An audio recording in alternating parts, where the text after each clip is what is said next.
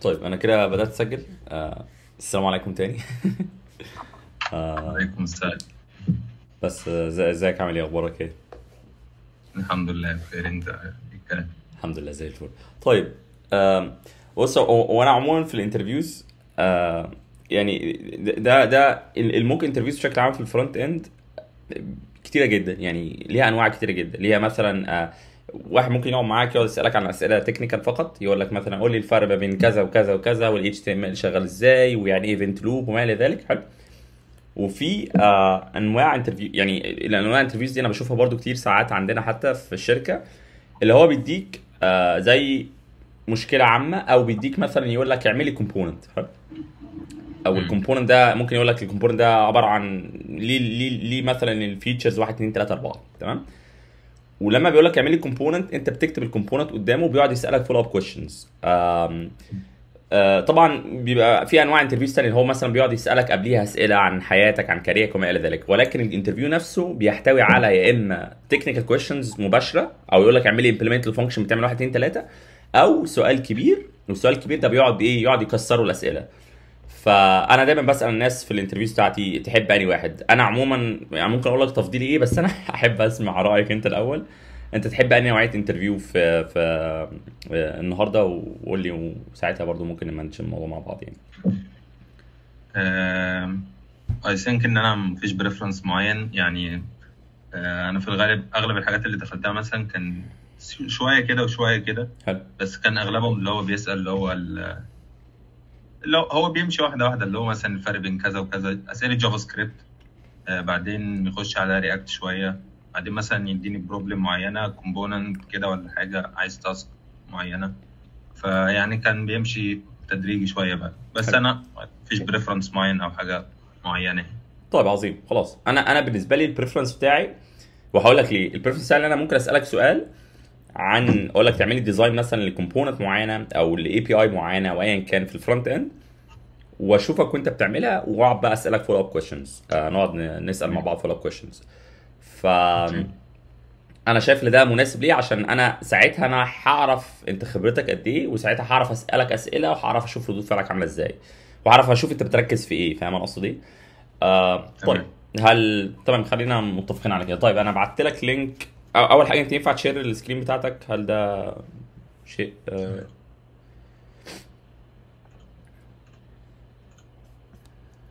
انا بسجل كل حاجه. اوكي. باينه كده. آه... تمام كده باين. انا عايز اتاكد من حاجه، اللي انا اصلا لما انا بسجل انت صوتك اصلا مسموع ولا لا. ثانيه واحده كده، مم. خليك معايا ثانيه. طيب عظيم. طيب احنا دلوقتي انا هديك زي، يعني خلينا كوبي بيست حاجه كده معينه. اللي انا فاهمه ان انت بتكتب كود برياكت، مظبوط كده؟ يس. عظيم يعني. ف تخيل معايا اللي ده تيبل. شايف تيبل عامل ازاي؟ حلو. اوكي. يعني خلينا نبدا بشكل بسيط جدا. خلينا نحاول ان احنا نعمل زي كومبوننت. حلو.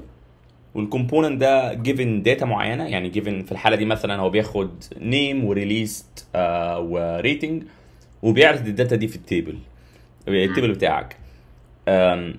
يوزنج ايا كانت التكنولوجيا اللي انت عايزها، ايه، رياكت، اتش تي ام ال، سي اس اس، انجلر، حماده، مش فارقه معايا اللغه، مش فارقه معايا الطريقه اللي انت هتكتبها بيها. حتى لو عايز تكتب اتش تي ام ال وخلاص، تقدر تقول يعني، تقدر تحاول تعمل مثلا الشكل ده اعمله لي بشكل كامل. اعمل لي الكومبوننت، وتعالى نحاول ندردش في الموضوع ده مع بعض.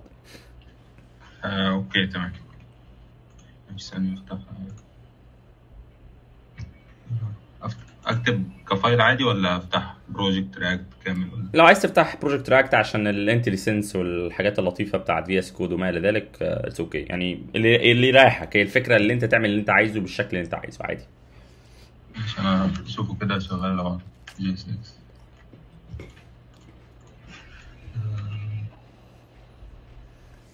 مش عارف شغال ولا لا. انت برضو لو تقدر ترن البروجكت نفسه، يبقى شيء كويس جدا برضو يعني. تمام. ثانية. خد وقتك عادي. ثانية اشوف بروجكت كان عندي كده.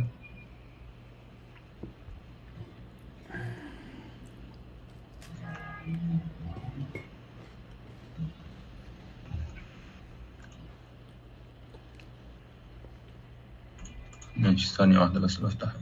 خد وقتك عادي.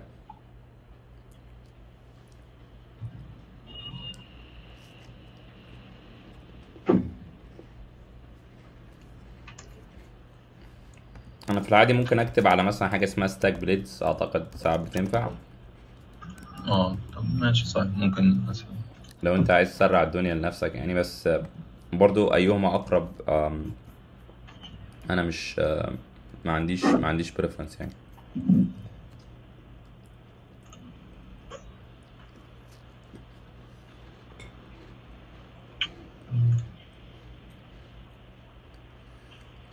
جيت هاب هيقول لي 2 فاكتور اوثنتيكيشن. خلاص انا هجيب اللي عندي وخلاص.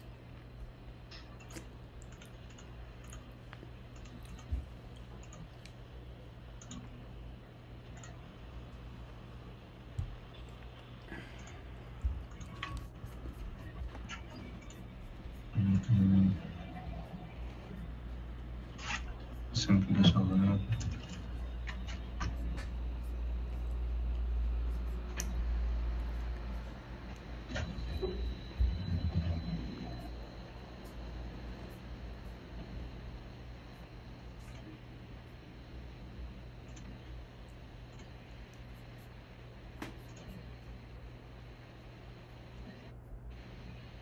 اوكي تمام.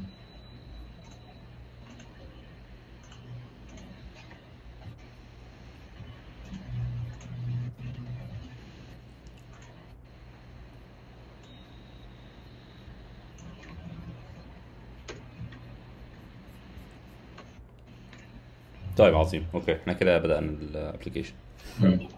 بالظبط. خلاص تمام. اوكي اوكي، احنا دلوقتي المطلوب ايه؟ ان احنا عندنا ده. بالظبط. ماشي، نفترض ان هو بونص.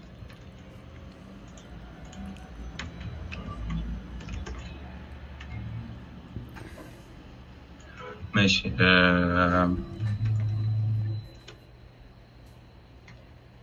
ماشي، ده مثلا هنفترض ان هو تيبل كومبوننت.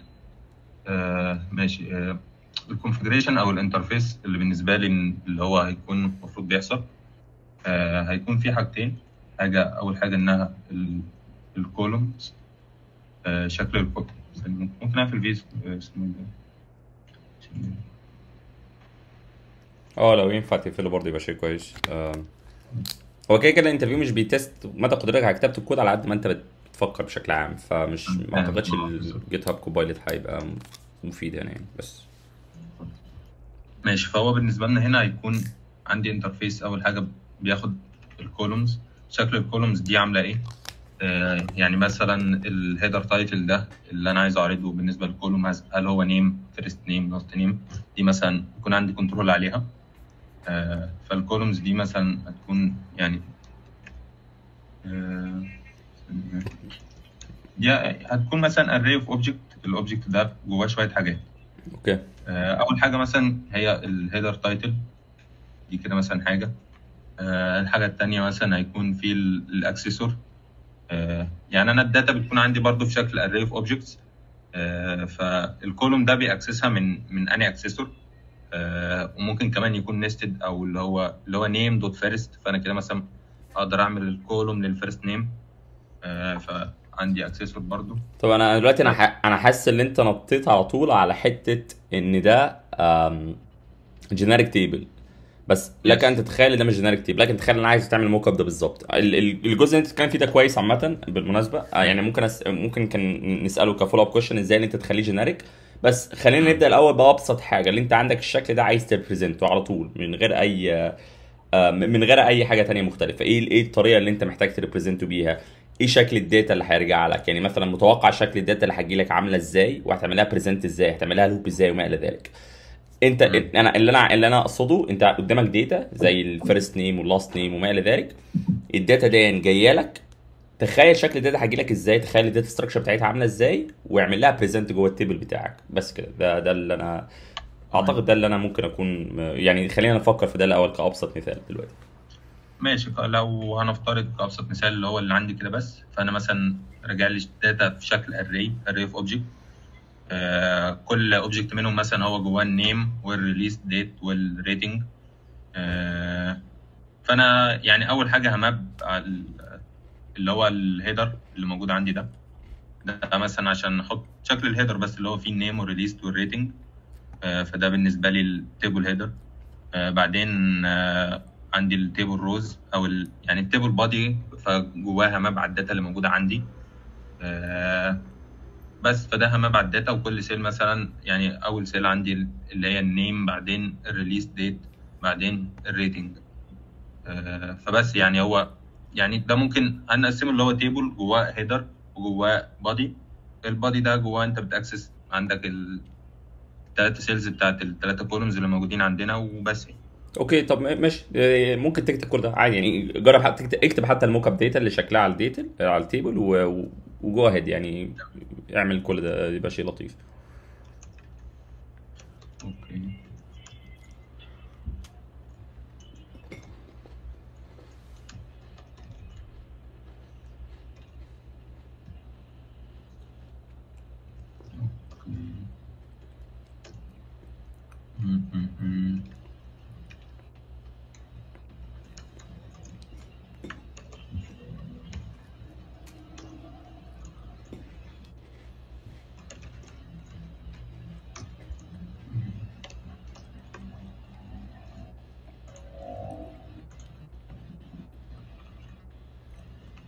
عشان الانتليجنس كويس. اللي انا فهمته كده منك اللي انت في كل رو هبريزنت كل الفيلدز بتاعته جوه الاوبجكت، فهو هيبقى اري اوف روز صح؟ يعني الداتا دي عباره عن اري اوف روز، وكل رو عباره عن كي وفاليو، والكي دي هي اللي بتريبريزنت اسم الكولوم. مظبوط كده؟ بالظبط. تمام عظيم. جميل جدا. فيعني انت ممكن حتى تكوبي بيست دون وخلاص ذاتس ات. يعني هنفترض ان دول 3 روز اللي عندنا، مش لازم حتى تتنقل الاسامي. اوكي تمام. جميل.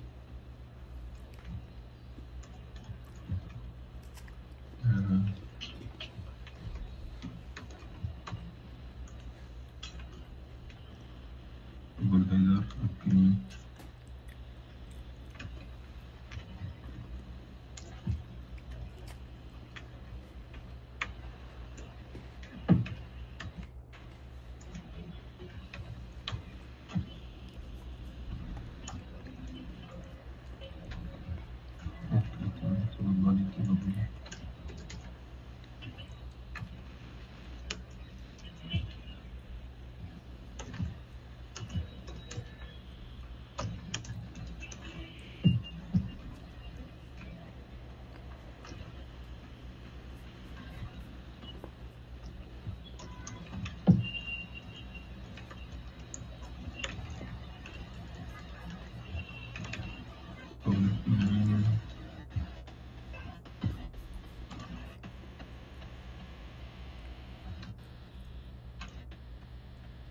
اوكي.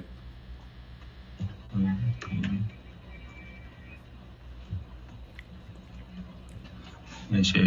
الكولومز برضه عشان تكون اقدر اكسس الهيدر نفسه، فانا هفترض ان انا عندي اوبجكت تاني اللي هو يعني اري فيها الكولوم ديفينيشنز اللي موجوده عندي عشان اقدر اكسسها دايركت يعني.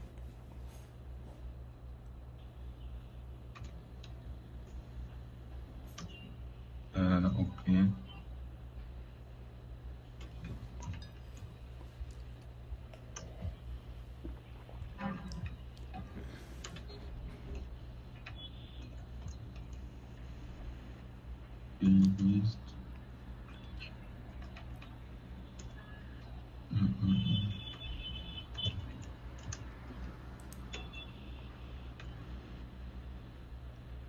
طب المنظر ده كل كولوم هيبقى عباره عن زي ليه. طب المهم كمل. يعني اللي انا فاهمه ان كل كولوم هيبقى ليه كي وكمان الليبل بتاعه صح؟ يعني فنفترض الكولوم اسمه بدل في الحاله اللي انا قلتها دي هو اسمه مثلا ريليست، ممكن يبقى ريليست ديت مثلا، بس هيبقى فيه سبيس فاهم؟ فانت ازاي هتعمل كده برضو؟ ممكن يبقى ده حاجه تفكر فيها. معلش تاني السؤال بقى. يعني اللي انا اقصده اللي انت هنا في الداتا عندك كيز لاسامي الايه، لاسامي كل ايتم جوه الرو صح؟ يعني اللي بيشاور على الكولوم بتاعته، ده اللي انت بتعمله. بالظبط. مم. بس الكولومز نفسها، الكولوم نفسه الكي نفسه مش شرط يكون نفس الليبل بتاعته. يعني في حاله اه ريليست هي اسمها ريليس بار كابيتال، ممكن في يس. في كولوم جديد يبقى اسمه ريليست ديت مثلا، ففي الحاله دي هيبقى اسمه ريليست سبيس ديت، فاهم؟ فانت ازاي هتماب اللي ظاهر جوه الكولوم والداتا بتاعته جوه التيبل نفسه، فاهم انا اقصد ايه؟ اه فهمت. بس انا ممكن كان قصدي النيمز دي هي ما كانتش، يعني انا ممكن الاسم اتعمل هو كده، بس يعني مش شرط يكون نفس الاسم عادي. تمام. ازاي؟ ما ده اقصد هتعمله ازاي بالكولومز بالمنظر ده؟ يعني ازاي هتقول ان النيم ده اسمه نيم كابيتال، فاهم؟ او ازاي هتقول الريليز ده اسمها ريليز كابيتال؟ يس فهمت قصدك. بس انت اوريدي اعتقد آه، انت عامل حاجه زي كده دلوقتي، نيم ونيم ريليز، ماشي. المهم كمل، اعتقد انت ماشي في سكه مظبوطه، يعني قشطه. اوكي تمام.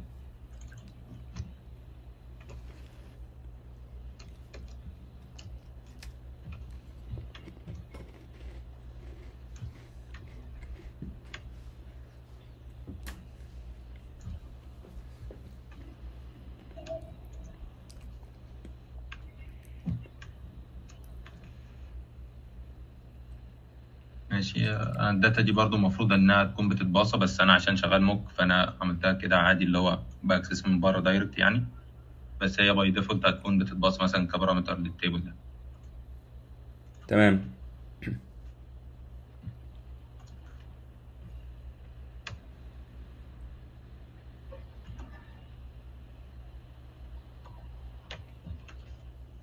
اوكي. يعني شكل الداتا هي ممكن محتاجة طبعا سي اس اس وشوية تعديلات بس. انا مش ثانية. شايفها قوي يعني. هي ريليست تحتها. هل انت تقدر في الحاله دي تحاول تابلاي نوع من انواع السي اس اس؟ انا عايز التيبل مثلا يبقى شكله واضح شويه منطقي. اوكي انا ثانية. مش عارف الصراحه حقيقه ليه الديفولت ستايلنج عامل كده عندك. ممكن يكون في حاجه في الجلوبال ستايل زي اللي عامله كده، انا حاسس كده برضه. او في طريقه كتابه التيبل طب ثانية، انت. هو غالبا انا حاسس سيمانتكس، ممكن اسيرش على التيبل سيمانتكس. اه طبعا سير.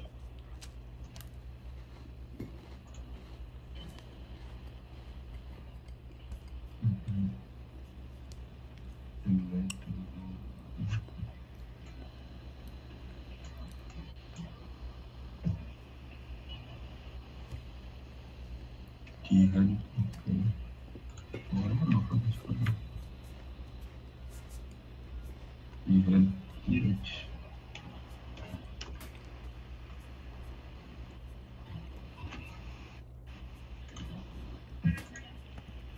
ماشي.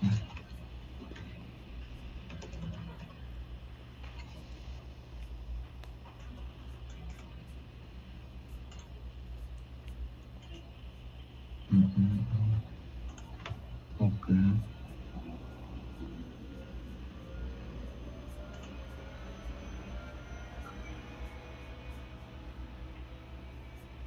مش ممكن اخد شوية سي اس اس لو.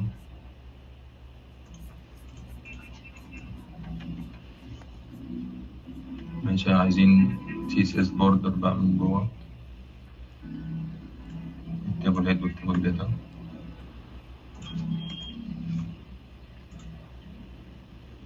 اوكي، يعني هو شويه سي اس اس اللي عملتهم ان هو التيبل هيد والتيبل داتا هو ده شويه بوردر وبادنج، ونفس الكلام في التيبل نفسه. تمام اوكي. طيب دلوقتي انت افترضت دلوقتي ان الداتا كلها موك داتا. هل تقدر تخلي الكومبوننت نفسه بيريسيف الداتا دي على سيريا بروبس، وبرضه تديفاين شكل الداتا عامل ازاي؟ يعني اللي انا فاهمه ان انت بتكتب الكود بجي اس اكس دلوقتي، هل ينفع تغيره لتايب سكريبت يعني تخليها تي اس اكس على طول، وتديفاين بقى الانترفيس اللي جاي لك، تخلي الكومبوننت اللي انا عايزه منك، اللي انا عايز اخلي الكومبوننت ده يعني بياخد داتا، والداتا دي بيعرضها، والداتا دي هو عارف شكلها سو فار لغايه دلوقتي احنا عارفين شكلها. صح. اوكي تمام. ممكن اول حاجه اعملها اخليه بياخد الداتا، بعدين اعرف الانترفيس. آه ماشي. هو هنا المفروض يكون بياخد داتا وبياخد الكولومز دي كده حاجه. ماشي، ممكن اقرب دول هناك وابعتهم من هناك.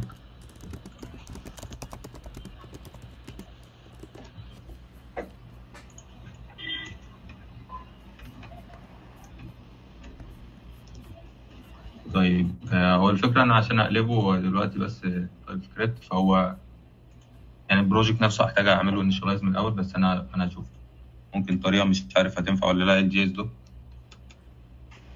اوكي، ممكن تستعمل جي اس دوك، ممكن تستعمل اي حاجه، المهم او على مش فارقه، ممكن ما تستعملش اي حاجه، بس المهم اللي هو بيكون بياخد داتا، وحاول ترندر بقى الداتا دي في مثلا في بيرنت كومبوننت او ايا كان. أوكي ماشي، يعني هو دلوقتي يعني أنا عرفتهم في الاب كومبوننت، بقيت ببعت له الداتا والكولومز، يعني نقلت الديفينيشن بتاع الداتا هناك وبقيت ببعته للتيبل، فالتيبل كده هو بيريسيف الداتا وبيعرضها يعني. اوكي. هو دلوقتي في ايرورز عشان جي اس اكس، عشان انت بالظبط. عشان تحاول. انا فاهم.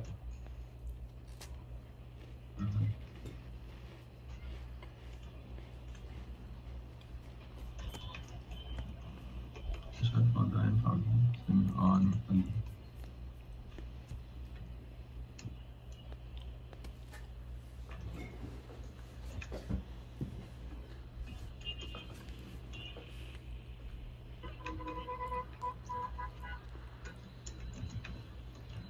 حاسس ده مش شغال، ممكن آه،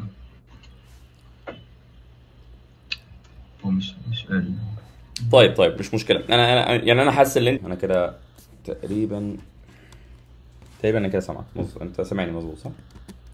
سامع. اوكي. انا حاسس عامه ان انت عارف ازاي تعمل كده في التايب سكريبت، فمش مشكله، خلينا نسكيب الجزء ده. أم... دلوقتي اللي انا فاهمه منك من الداتا اللي انت باعتها دي، اللي هي الداتا دي انا هفترض اللي هي موك، بس انا بفترض اللي هي جايه من الباك اند. حلو.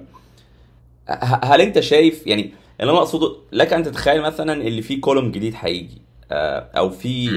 داتا من نوع تاني، او ايا كان الليبل الجديد هيجي عامل ازاي؟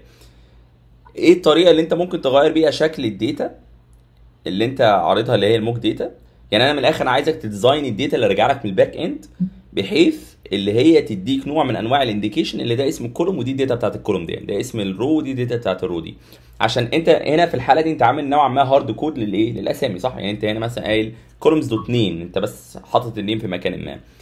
فايه الطريقه اللي مم. الداتا ترجع لك بشكل تخليها دايناميك، وفي نفس الوقت اعرض نفس الشيب اللي انت عامله ده؟ انا عايز نفس النيم والريليست والريتنج بتاع الموفي، التيبل بتاعنا. اوكي تمام. ماشي، هو انا ممكن الحاجه اللي حاسسها هارد كودد بالنسبه لي هي الكولومز. ممكن الطريقه اللي معموله بيها هي دي، ممكن مش احسن حاجه ومش افضل حاجه. ممكن اللي في بالي انها هعملها اري، يعني ممكن اخد ده كوبي كده، هي هتكون اري. الاري ده كل واحد جواه اوبجكت، الاوبجكت ده بينديكيت كولوم.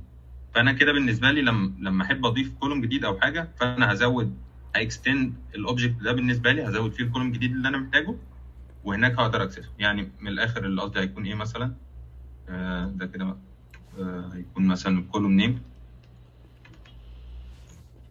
يعني اول واحد بالنسبه لي مثلا هو الكولوم بتاع النيم، فده حاجه. اوكي.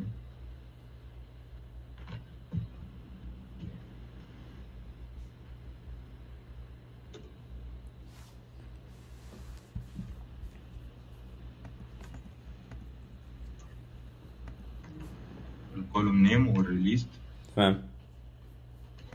والريتنج. تمام، دي كده حاجه. التعديل بقى اللي هيكون هناك هيكون ايه؟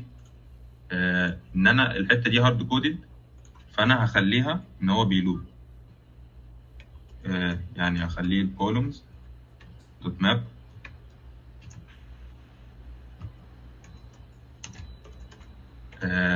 هنا هيكون عندي ده بقى كده كولوم دوت، احنا سميناها ايه؟ الكولوم نيم.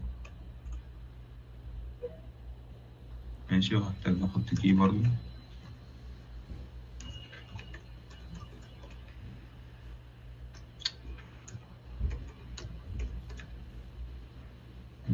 اوكي.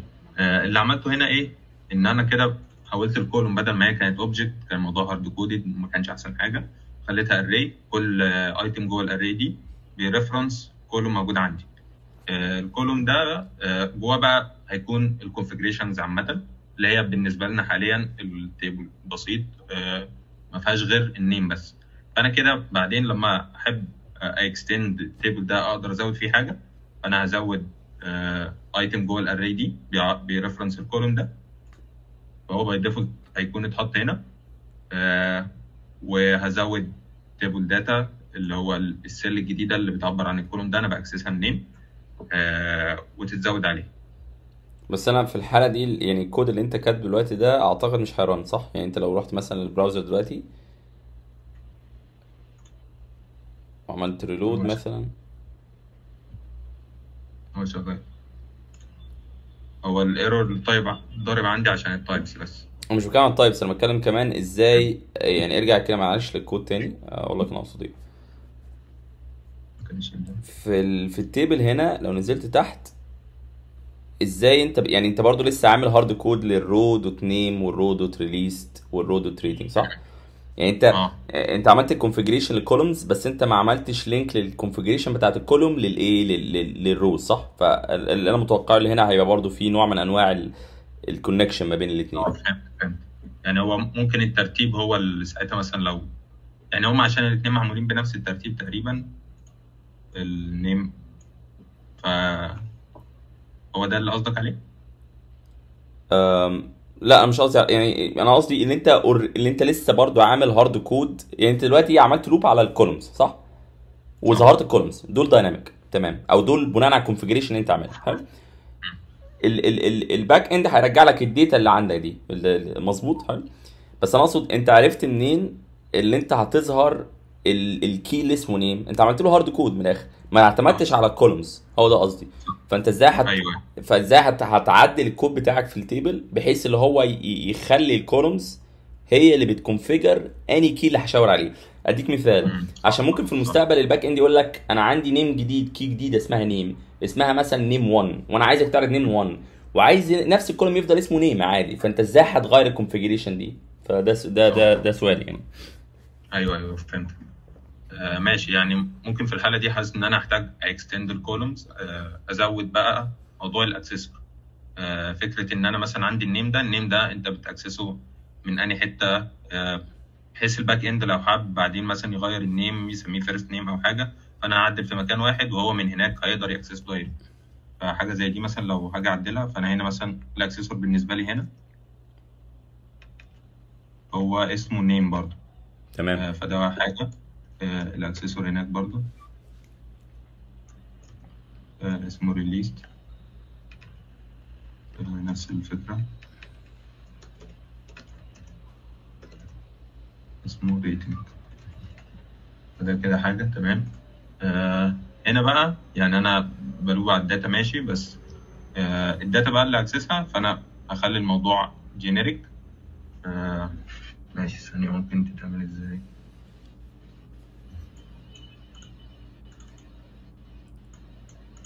تمام. يعني احتاج هنا الوب على الكولومز نفسها، الكولومز دوت ماب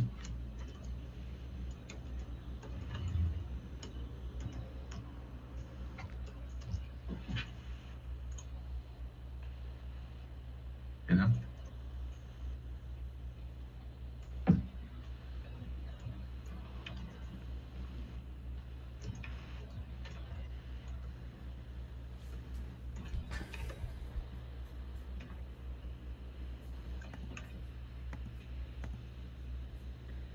اوكي.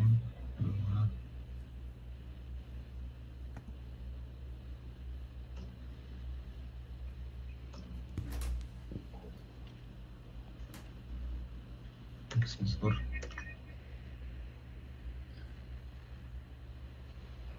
ريليز نفس الاسم ان شاء الله.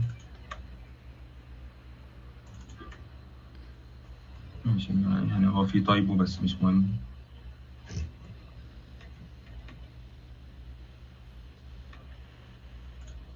ماشي. يعني من الاخر اللي انا عملته ايه، انا دلوقتي بقى عندي الداتا دي اللي هي كل رو يعني. فانا دلوقتي بماب على كل رو، وكل رو مثلا انا واقف عند رو واحد، فانا عايز الوب على الكولومز كلهم بحيث اقدر اعرضهم. فانا مثلا عملت ماب على الكولومز، هنا باكسس الرو، بجيب الاكسسور بتاعه اللي هو الكولوم دوت اكسسور ده، وبقدر احط الرو بتاعته يعني. فكده خلينا الموضوع دايناميك بحيث لما تعدل هتعدل في الكولوم ديفينيشن اللي انت عامله في الاول خالص بس يعني. طيب جميل. يعني انت دلوقتي اعتقد هو شغال باللوجيك اللي انت عامله ده، مظبوط كده؟ حلو قوي. اه جميل جدا. طيب ال... لو انت بقى بصيت على الكود بشكل عام، تقدر تقول لي يعني انا لو انا فتحت الكود دلوقتي اللي انت كاتبه، ميك سنس، حلو، كلام جميل جدا. بس انا مثلا في كذا حاجه هنا، حاجه عايز اسالك عليها مثلا، حلو. تعرف تمام. تقول لي ايه الحاجات، يعني تعرف تقول لي يعني ايه كي في رياكت في الحاله دي؟ يعني انت مثلا هنا انت حاطط الكي حاجه اسمها رو اي دي اكس، اللي هو ده غالبا النمبر، صح؟ اللي هو الاندكس يعني من الاخر. آم، تعرف تقول لي الكي في رياكت عامه بيعمل ايه؟ يعني ايه فايدته بشكل عام؟ تمام. هو انا عارف ان اللي انا عامله هنا غلط، مش افضل حاجه في كيسز كتير. الكي بالنسبه للرياكت هو حاجه بيستعملها لما انت بتماب على اري او بتحط ايتمز كتير. بيستعملها عشان في الريفرنشال ايكواليتي ان هو يتشيك مثلا، بيشوف لو في ايتم اتعدل او حاجه ان هو ما يحتاجش يرندر الليست كلها، بيرندر الحاجه اللي عندها الكي ده بس. فانا مثلا لو عدلت في الرو 5 فهو يرندر 5 بس. في الحاله دي مثلا انا هنا في كذا ايتم ممكن يكون واخد نفس الكي.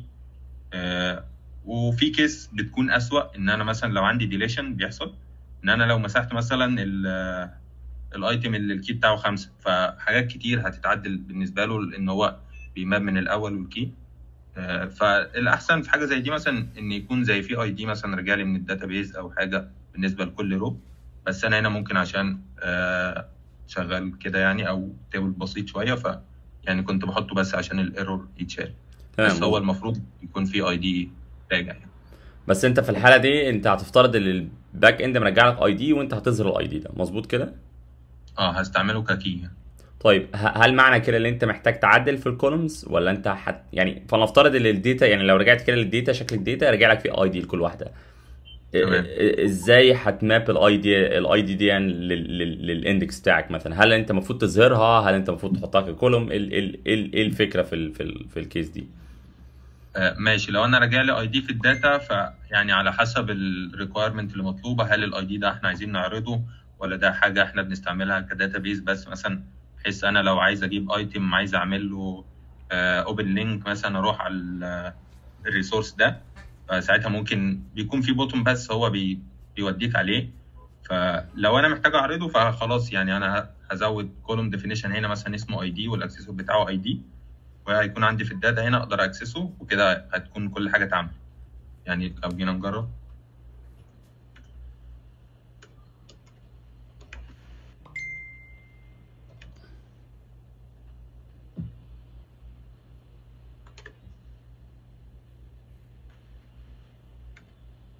يعني كده مثلا زودنا الكولوم ديفينيشن، انا عندي اي دي وده مثلا بقى ريكويرمنت ان انا عايز اعرضه، وزودته في الداتا هنا فهو هنا ظهر عندي. فده تمام. مثلا لو ريكويرمنت ان انا اعرضه تمام.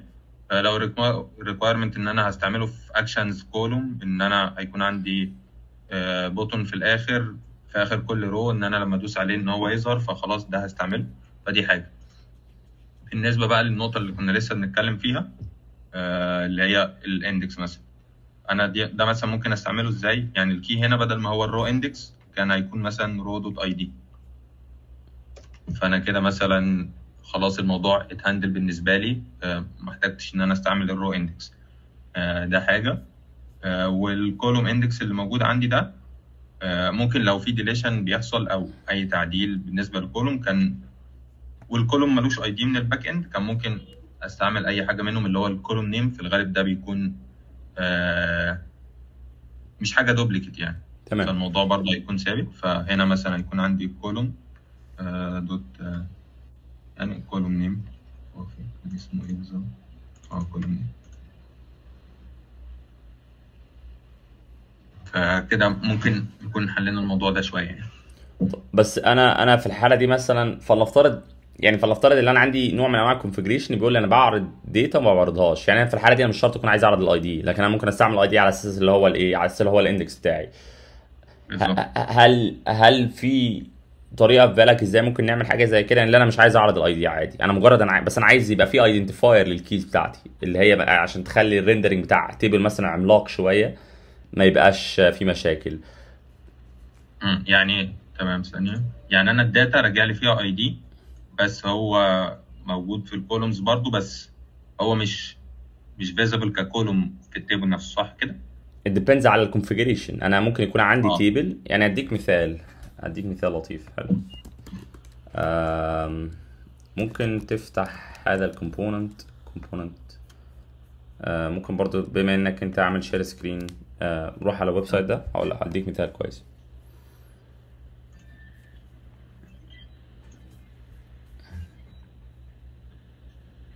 بص لو انت نزلت لو انت بصيت على التيبل نفسه هتلاقي فيه اكزامبل التيبل بيظهر دلوقتي. هو لسه بيلود بس. ماشي، الويب سايت ده انا اللي عامله فهو بيلود ببطء فقشطة مش مشكلة. اوكي عظيم. لو انت بصيت على السيتنجز بتاعت التيبل، شايف في علامة سيتنجز كده بتاعت التيبل؟ حلو. اه. اه. دوس عليها، هتلاقي اللي هو بيقول لك الكولومز اللي تظهر ولا لا، فاهمني؟ اللي انا اقصده هنا، انا مش عايز طبعا تعمل ده اوت اوف ذا سكوب بتاع الانترفيو. يعني اللي انا اقصده هنا ان انت ممكن يكون عندك كولومز انت عايز تعرضها، ما تعرضهاش. بس انا اقصد ايه انسب طريقه اللي انت تقول اللي ده الاي دي بتاعي. ما هو ممكن ما يكونش هو الاي دي، ممكن يكون اسمه اكس واي زد مثلا، وده ايدنتيفاير، فاهم؟ اوكي تمام. يعني ممكن في الحالة دي هيكون بالنسبة لي في ماشي، هيكون برضو يعني الكولومز بالنسبة لنا، او الكولوم ديفينيشن هو اللي بيعرف الكونفيجريشن دي. فانا حاسس هيكون عندي فيه هنا مثلا كونفيجريشن معين او حاجة يقول لي هل انا عايز اعرض ده ولا لا، هل هو فيزبل ولا لا، ومن حاجة زي دي اقدر اتحكم في حاجة زي دي يعني. فهنفترض مثلا ان انا عندي حاجة هنا مثلا اسمها فيزبل، هل هو ترو ولا فولس كده. اوكي. يعني ممكن هنفترض ان الديفولت بتاعه ترو، ولو هو مثلا بفولس فساعتها خلاص ده مش هيطارد. يعني حاجة زي دي هتتعمل ازاي؟ كده هنا كده، ثانية واحدة.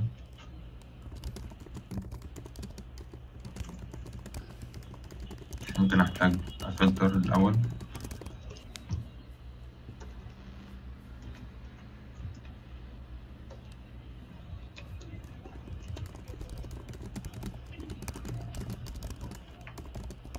يعني كده عملت فلتر على الكولومز اللي هو اللي الفيزبل بتاعه مش فولس، فخلاص اعرض لي الباقي.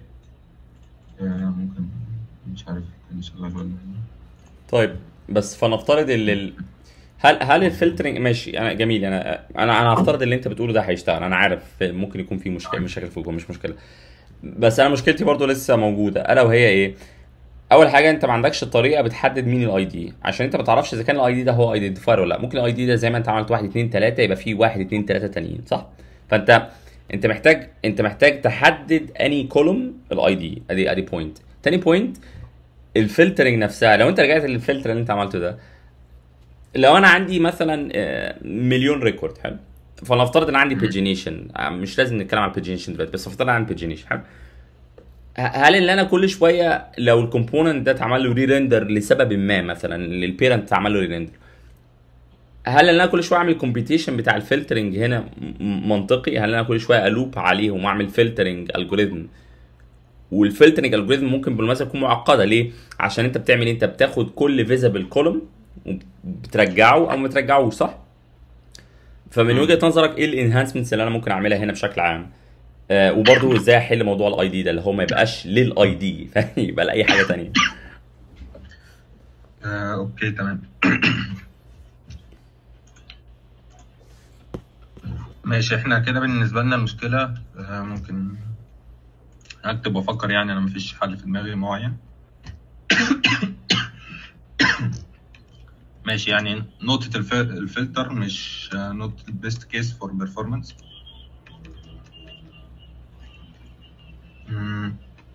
واحنا نفس الفكرة بتاعت الاي دي.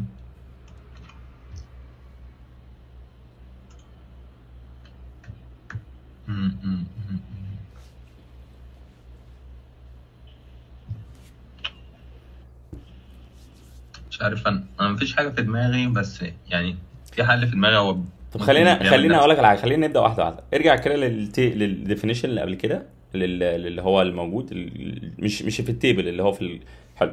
انت دلوقتي عندك كولوم ديفينيشن اللي هو كولومز ديفينيشن. ايه اللي ممكن تضيفه بشكل عام للتيبل، التيبل كومبوننت بتاعك، اللي هو يقول له الاي دي، على فكره الاي دي بتاعي هو ده، فاهم يعني؟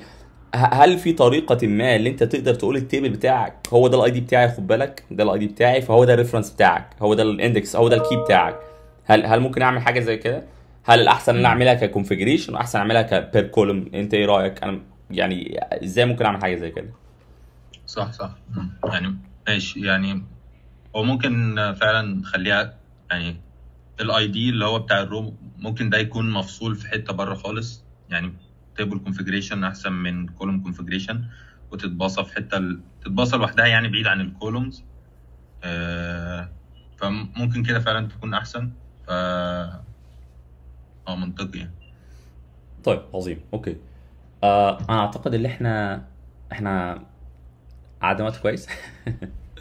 آه ف انا عملت كتبت شويه نوتس يعني، بس المهم بس انا احب اقول لك الانترفيو كان حلو جدا، انا انبسطت جدا يعني، اتمنى ان انت تكون انبسطت انت كمان يعني.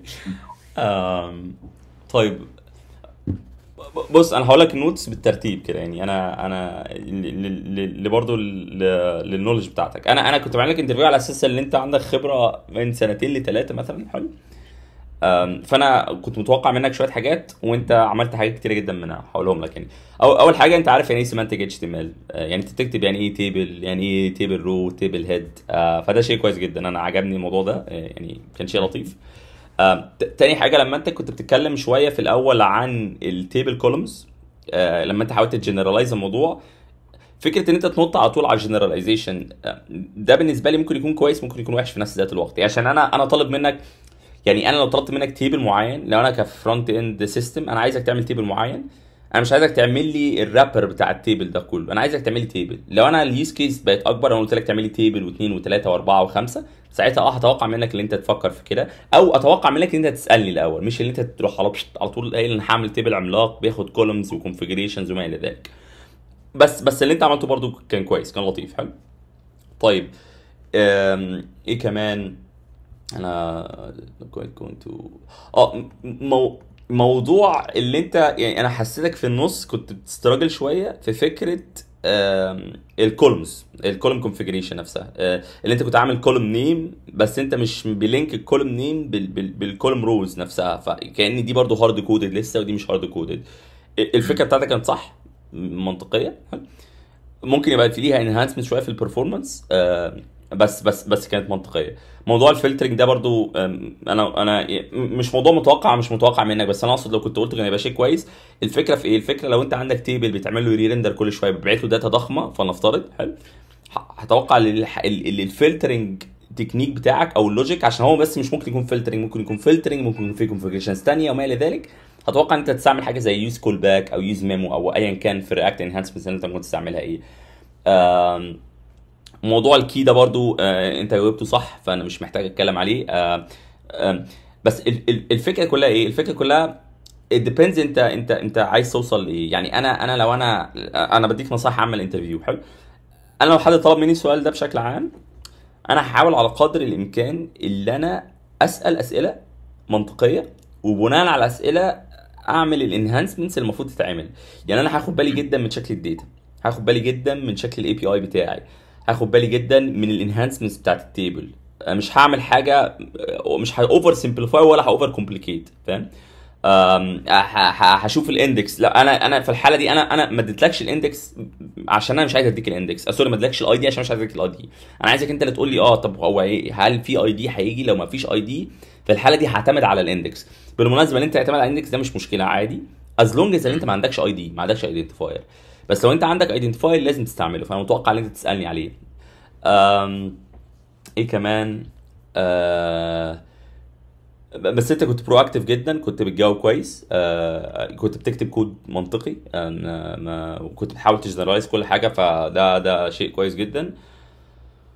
انا كاتب ايه تاني؟ filtering is not a good idea، لا so far so good. انا كنت كاتب حتى في الاول so far so good، ان انت عارف السيمانتك اتش تي ام ال وبتكتب كل حاجه بشكل مظبوط، فده شيء عجبني قوي.